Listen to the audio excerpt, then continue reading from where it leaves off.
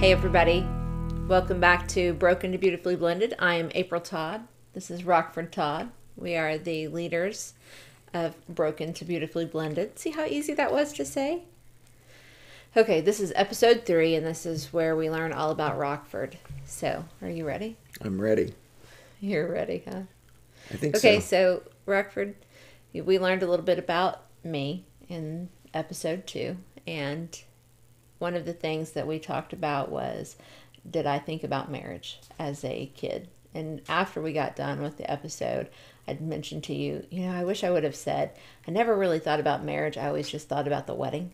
And that's like a girl thing to do. You think about all of the things that you're going to do on that one day, but you never think about what comes after that. So, what is that like for a guy? What do you think about? Do you think about the marriage? No. I remember as a young man thinking about being naked all the time. I thought, we're going to be naked. That was sort of the extent of my thought about marriage. Okay. It'll be okay, grew up in the church. So sex was one of those things that you always looked forward to as a married person because it was no longer taboo. Mm-hmm. So talking about that, it was no longer taboo, but did they ever really talk about sex in the church? No, we're talking about Southern Baptist Church in the 80s and early 90s. You didn't really talk about it. And that is something that I experienced too. There was never really any discussion about it. There was never any expectation for what sex was supposed to be like, or being naked, or what we were going to be like whenever we were married. So I'm going to ask you really quick about our kids, because I know our kids, they use the word cringy. I don't know what that means, but they say that we're cringy because we talk about sex. And we talk about sex because we want them to know that it is a healthy, natural part of being married. Is that right? Yeah, I guess so. I don't know that I've ever sat down and had serious contemplations about how I want my kids to understand it. But there's some truth to that. You talk about it in a way that makes it seem as though it is normal, which it is. It's not something to be avoided, except before you're married. It's true.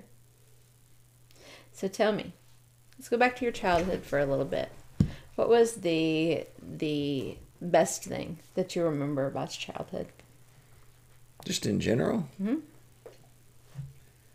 You didn't ask me that when we did take 1. Now I got to think about it. I didn't ask you on take 2. Now we're to take 3. Is this take 3? Yep.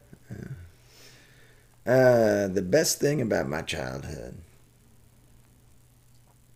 I don't know. Probably the best thing about my high school time and my, maybe 7th, 8th grade and on,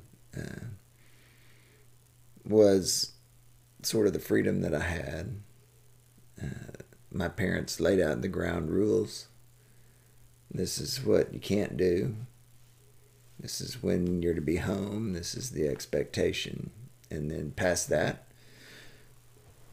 I was able to do the things that I wanted to do as long as I met the expectation.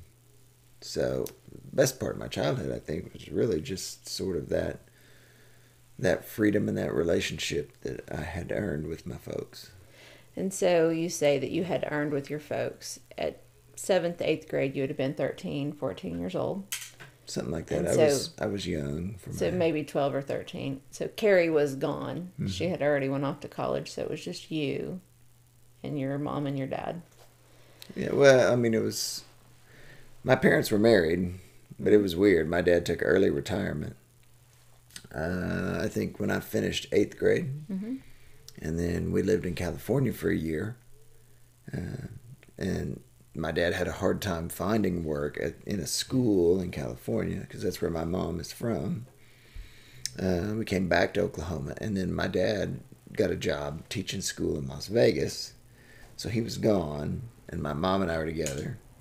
And then, whenever I was a junior, my dad was back in Oklahoma.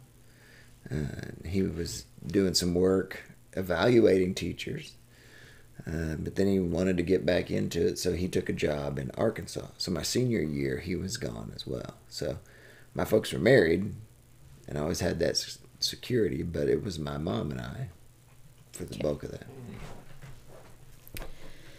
Okay, so we talked about what the best part that you remembered about your childhood. What was the worst part? Yeah, I don't know where we're drawing that line of childhood. High school graduation? I don't know. What do you see as childhood? There are days I wake up and still consider myself a child. Right? So,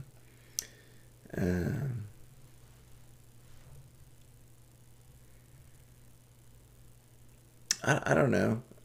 I was 21 when my folks divorced, but that probably is what I go back to.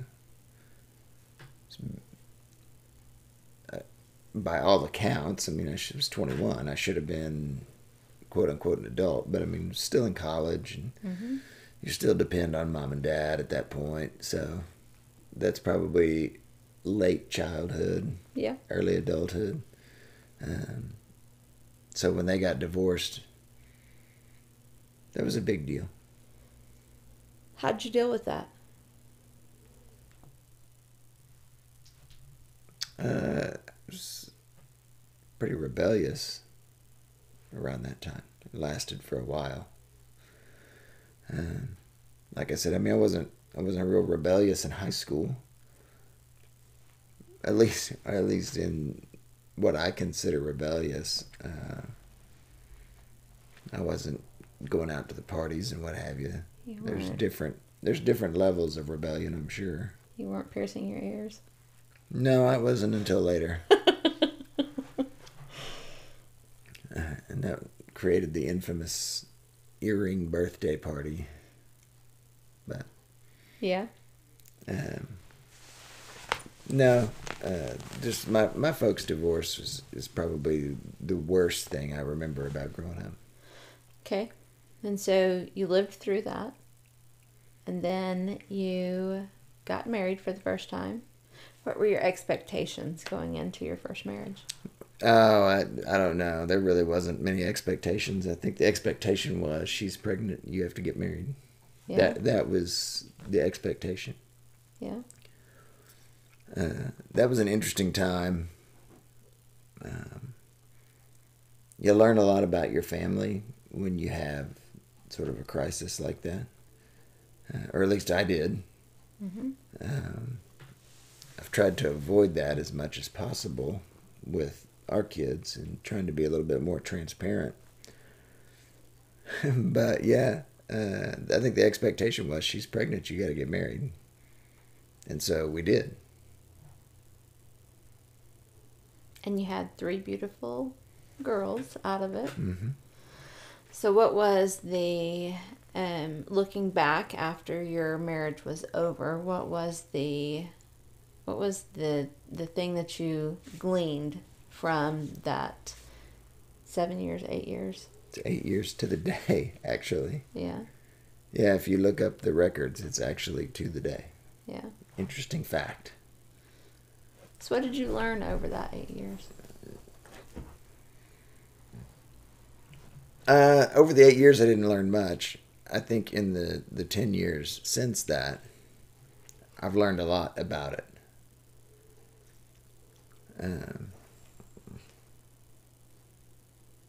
I think I've learned a lot about myself and the way that I deal with people.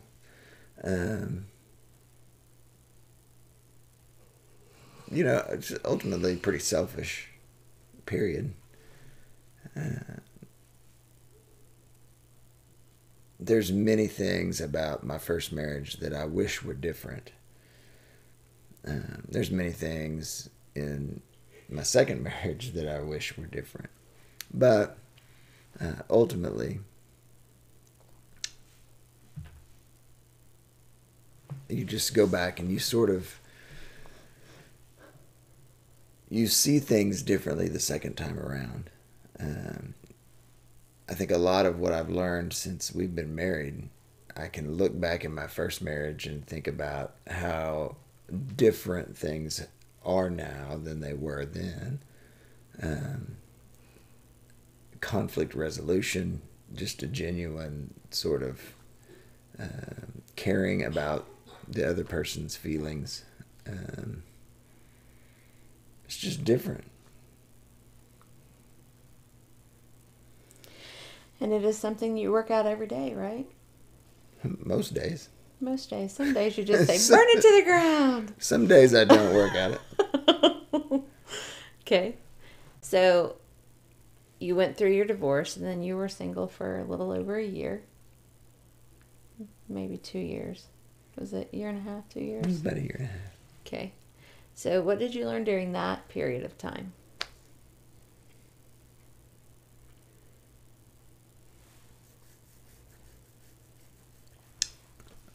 That's a good question.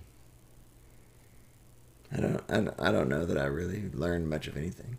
I just, if you've been through divorce, I mean, you sort of know what that's like. If you've never been through divorce, it's terrible. Emotionally, you're sort of worn down. I had the girls here, and I was worn down. Mm-hmm. I remember you telling one of our friends at Life Group whenever he approached you about potentially getting a divorce, because we had both been through it and just wanted to know kind of what that looked like on the other side. And I remember what you said, and I thought, wow, that's probably the best way I've ever heard it said. Do you remember what you told him? Well, yeah, I mean, I remember the gist of the conversation. I mean, the gist is that people say the grass is greener on the other side, but it's always not. I don't recall. So what I remember you saying was that right now, no matter how bad it looks, you both have each other's best interest at heart. But as soon as you make a move towards that divorce attorney or towards separating, it then becomes that you have each other's worst at heart, that you want to take them down. Mm-hmm. And I remembered thinking, that's exactly how it was. And it was horrible. It's horrible for the adults going through it. It was horrible for the kids. And it can definitely leave an impact for generations. Yeah. So then we met. Lucky you. Lucky me. And what was that like? The meeting? No, just whenever we dated and decided to get married. What are your thoughts on the dating during that time? Was it similar to the first time whenever you were getting married? No, dating was different. It was different because you have kids and you got other things that are happening and other responsibilities. And when you're young and single and you don't have kids, dating is very different. When you have kids and you've got this other person that's out there, whether they're involved or not involved, there's so many other moving parts. Dating is very different. It's more like an interview process. Oh, that's super accurate. You certainly don't have the time to get to know somebody the way that you would like to. Mm-hmm. You have a pretty good idea of what you think they're like. I think it was interesting. I was thinking the other day when we were dating, that was sort of the beginning of text messages. Mm-hmm. I can remember chatting with you on Yahoo. And at the time we were like, this is the greatest thing. We can chat and we can talk. And looking back, that was horrible. Because the reality of what it is that you read things the way you want to read them, not necessarily how you would hear them. I thought you were a decent person in the mornings. Yeah. It turns out that's not the case. That is like, woo. So, that was interesting. I was thinking about that just the other day. I don't know what it was. I think something about Yahoo came up on some news story or something, and I thought, yeah, Yahoo Messenger. How different things are now. Just in, 10.5 years. We were talking last night. That's awesome. I thought you were a decent person in the mornings. Nope. No, it's horrible. No, yeah. Actually, I shouldn't say it's not quite as horrible now as it has been in the past. I wonder why that is. You're maturing. Maybe. I don't know. I'm sure my dad would not believe any of that, because he dealt with quite a bit of the demons in the morning. And he had to get you up earlier than you get up now, so I can only imagine. I know. There was one time that he told me if I ever talked to him like that again, it was going to be a serious problem for me. I didn't know what he was talking about, and then he recorded it, and oh, gravy. It's amazing that I'm here. I agree. It is. It's amazing. So, we got married, and we've been married for a little over 10 years now. So what has been the best part about us being married?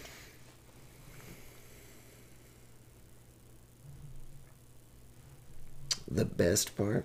Mm-hmm.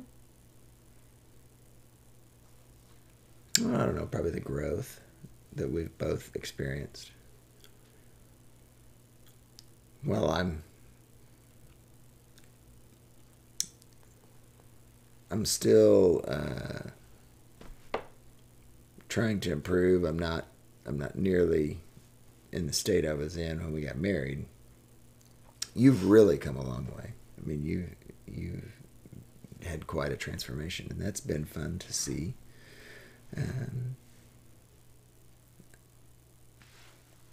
That's probably the best part. I do have to say, back last week, whenever Gina and I were on our way back from Austin, we were talking about my teenage years and my early 20s. And she was like, good gracious. She goes, if people think that you're angry now, they should have known you 15, 20 years ago. I said, yeah, actually, people that know me, that have known me from 20 years ago to now, would probably be the ones that would be reviewing and saying, wow, it's a total transformation, which is completely God, because I had a lot of pent-up aggression whenever I was younger, and I don't think I have near as much now. Short burst. Some days. Like today. Sometimes. Sometimes. Yeah. So, what's been the worst part?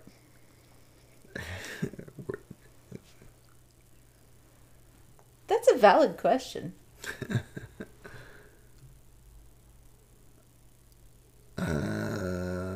Man, I don't know. I don't have an answer for that. Why not? I just don't. I think the worst part, and this will maybe help you to have some thoughts on it, but I think the worst part is just knowing that there are so many moving parts that you get to now, instead of just having a conversation, you get to wonder about, well, how's that other parent going to take this? Or how is the child going to look at this? Because we're deciding, but it may not be that way someplace else. I think that's the worst part, is fighting that battle, knowing that that only really happens in a blend. Well, there's certainly some issue with what happens outside the walls of this house. But I don't know. maybe I just don't focus on it. I don't know. So, that being said, what do you think our kids are going to take from being inside the walls of this house? Well, that's a great question. They're all teenagers now, so it'll be interesting to see what they actually get out of it. It doesn't seem like much now. So bang our head against the walls. Do not despise the small beginnings. When I see one, I'll let you know. So, what else do you want to tell the people about you? I don't know. So you started out, or your thought on marriage was that you were going to be naked all the time. Mm-hmm. That hasn't happened. Obviously, we have clothes on right now. Well, we did have a discussion in take 2 about the fact that here in about 5 or 6 years that may be how we get the kids to leave the house, is we'll just be naked all the time. That's true. What do you call it? Naked Tuesday? Yeah. Yeah. Use your key if you feel lucky. I don't know that that's the case. You're pretty skittish about being naked. Yeah, I am. So. Yeah, there's just some things that kids cannot unsee things. We've already learned they can't unhear things. If they'd go to sleep, they wouldn't hear things. That's true. All right, so on to the kids next, right? That's right. We get them in the hot seat. I don't like sitting in the hot seat. Oh, that's crazy talk. You have lots of wisdom to give the guys out there. This is a family-rated podcast. It is. So, G-rated. Okay? Okay, so that's Rockford. And we want to share with you guys that coming up in March, we will be doing the 40-day prayer challenge through Draw the Circle. It is the book after the Circle Maker. We have been doing Draw the Circle in our house for 4 or 5 years now. We've done it just as a family. We have done the prayer challenge, doing the Circle Maker with our Sunday night group. I've done it at work, and we have actually added a group to this page that is the 2019 Draw the Circle 40-Day Prayer Challenge, so you can join that group. And then there is a link to be able to purchase your book through Amazon. You can get them new or used, whichever you prefer. The used, of course, are less. And then, you want to say anything about it? No, you were doing just fine. Okay. Also, if you have Audible, we would be glad to send you the Circle Maker, which is the prequel to Draw the Circle. And we can share one book with anybody that has Audible. So if you would like that, then go ahead and on our Broken Beautifully Blended page, on the link, I will put out a Circle Maker book, and then just put your email there. Let us know where you want us to send it to, and we'll send it your way. Again, it is going to be Ash Wednesday, which is March 6th, through Passover, which is April 20th. We will be doing the 40-day prayer challenge, and it takes you through on a guided day by day. And it goes through day 1 is get ready, day 2 is it's established by God, day 3 amazing things, on down the way.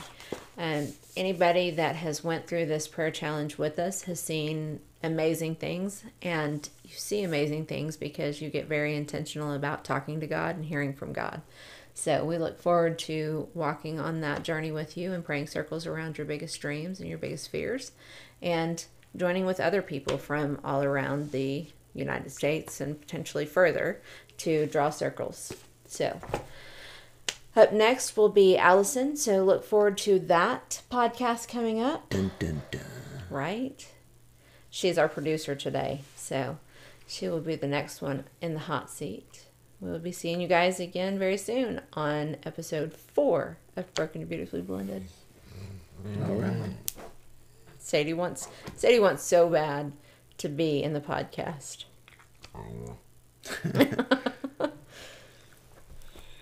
Are you going to come over? No. All right. We'll see you guys later. See ya.